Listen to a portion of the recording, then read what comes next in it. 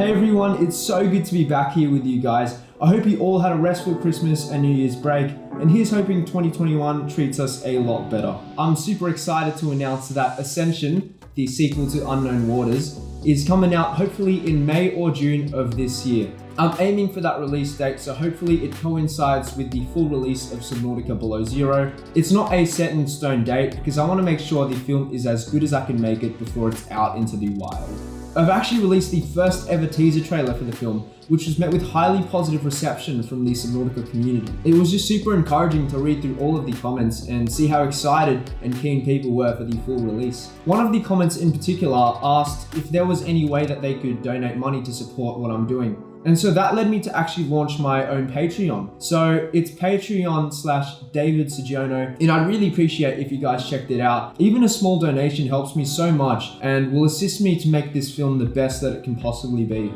Okay, so let's actually talk about how the film's going. I've spent the last few months completing shots to their fullest. I've completed all of these shots that are set in Sector 0. So how I'm approaching the creation of the film, I have maybe 3 or 4 scenes that make up a bigger sequence, if that makes sense. And so the film is comprised of about 7 or 8 of these big sequences. And so I'm getting those done one at a time. Maybe I'll work on, say, 4 shots during that block, get that edited and render it out. So I've been using the Arnold renderer for the first half of the film, which is Maya's standard renderer and is great. It's super powerful. However, I'm just finding it's not as quick as I'd like it to be.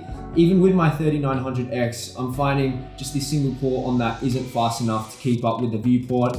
And that is why I'm making the switch to Redshift, which is a GPU-based renderer that's actually owned by Maxon, so the tie-in with Cinema 4D is excellent. And because I've got a 3060 Ti with the ray tracing, means it runs super quickly, and I can have the IPR window running, because that uses the GPU obviously, and that frees up the CPU to move around the viewport, which means I can get around my scene so much quicker, which is really where the most time is saved, which is actually working on it. Because the faster render times, yeah, that's a great bonus. But if I can't work quickly while I'm sitting down at the computer, that is probably the biggest hassle. And it honestly became a mental hindrance for me. For example, for the Arctic Spires scene, that has so many clones and even hair going on. And it was just ridiculous trying to move around and see what the final result would look like just on Arnold, like with the CPU. And so Redshift has been a huge lifesaver. It's honestly like flying around a game, obviously depending on the scene, but it's just a massive improvement over Arnold. And I'm so glad that I made this switch. There is, however, a big caveat to making the switch,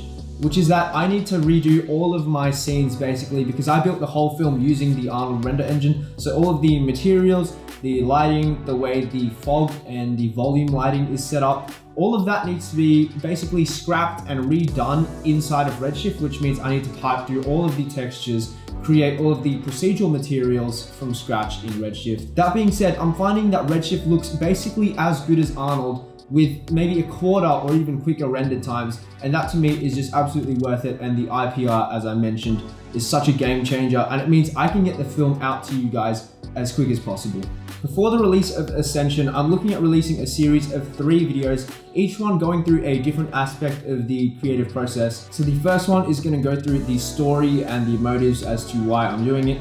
The second one will be a more tech-focused video, so actually how I'm creating the film. And the third one, which is probably the most exciting, will go through the making of the score and the music for the film. So I don't know if you guys realize, for Unknown Waters, my brother created the score completely from scratch. And this time I'm going to be documenting that process and going through how we're actually going to produce and make the score. It's now time to show you guys some visuals. I've actually included one final shot from the film and the breakdown of that shot. So what you're about to see will be making it into the final cut of Ascension. Let me know if you guys have any questions and enjoy what you're about to see.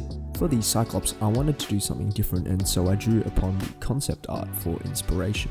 We're starting off with the inside of the Cyclops here. So I've just started out with a basic cube, and I'm actually modeling it from the inside here, just pushing and pulling polygons to make that nice concave front shape. And I've extruded an edge loop there just to create the separator between the cockpit and the rear.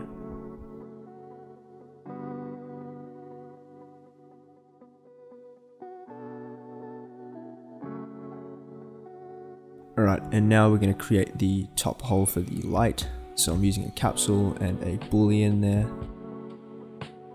I chucked everything inside of a volume mesher just to smooth everything out. And that's just me modeling the roof light there. So putting it inside of the hole. Okay, making the hole for the hatch so we can see through to the next room.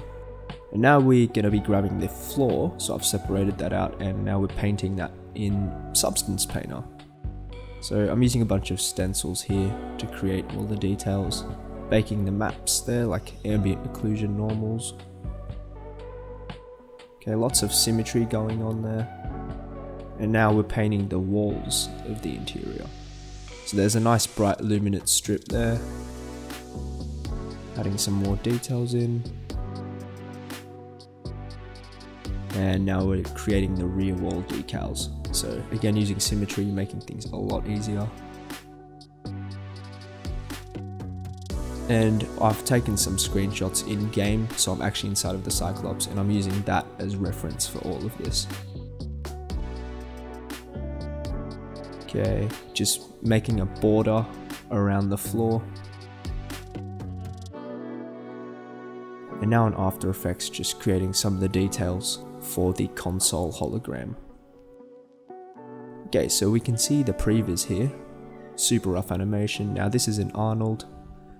And that's the transition to Redshift there, so different render engine.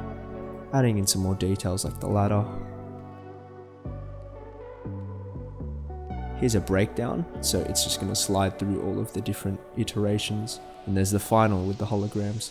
So I'm actually including the twisty bridges in my film. Now I know it's actually a biome in Below Zero, but there was a brilliant piece of concept art that didn't actually make it into the first game, so I thought it'd be cool to have it as a shallow biome in the film. Using the volume builder and some shader fields to create some nice interesting variation in the terrain. Adding in some displacers just to give it that extra little bit of detail. You saw me start off with a cube there, and again just pushing around, adding more detail, subdividing and adding displacement. Alright, now this is making barnacles, so basic model, we paint on a vertex map which we then clone them onto. This is an early render in Arnold. It's looking alright, however the camera move just wasn't there for me, so this is in Redshift, playing around with a much more dramatic camera move. And so I had to build everything from scratch, as I talked about before, so that's the second iteration. Now we've got those nice light caustics on the top surfaces of the rock there. And the water surface is now greatly improved. And adding in that foreground detail. So here you'll see another still frame where there's different iterations we're building upon what we started off with. And this is the final result.